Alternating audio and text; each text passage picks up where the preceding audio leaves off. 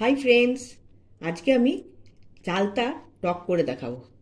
দেখো চালতা দেখেছো, এগুলো গাছ থেকে পড়েছে।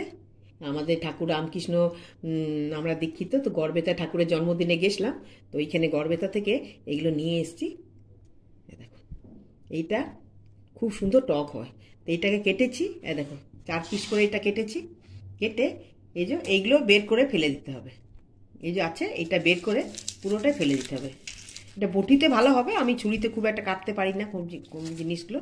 এটা বটিতে কাটবো। কেটে তোমার এইভাবে এটাকে ফেলে দেবো, ফেলে দিয়ে পিসগুলো এইভাবে বার করব। এটা বের করে শিলের মধ্যে এটা থেতো করে নেব। থেতো করে নিয়ে তোমাদেরকে দেখাচ্ছি।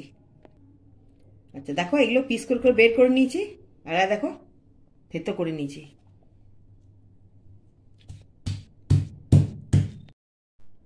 হাই ফ্রেন্ডস, দেখো তখন তোমাদেরকে এটা বলেছিলাম না, থেতো করে সব কিছু করেছিলাম। সেইটাকে আমি কুকারে এটা 3-4টে সিটি মেরে নিয়েছি।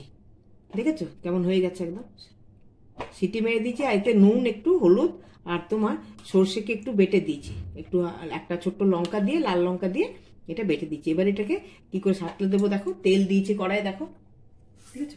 এবার একটু 5 ফোড়ন এটাতে দিয়ে দিলাম।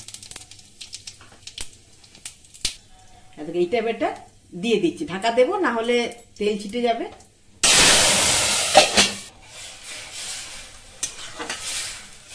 এবারে এটাতে একটু মিষ্টি দিয়ে দেবো।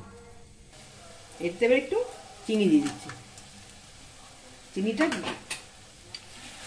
গুঁড়ো করে নিয়েছিলাম আসলে। এবার একটু ফুটে যাক এটা। দেখো এটা একটু ঝোল রাখতে হবে, ঝোল রাখলে খেতে ভালো লাগবে। এটা এবার অফ করে দেবো।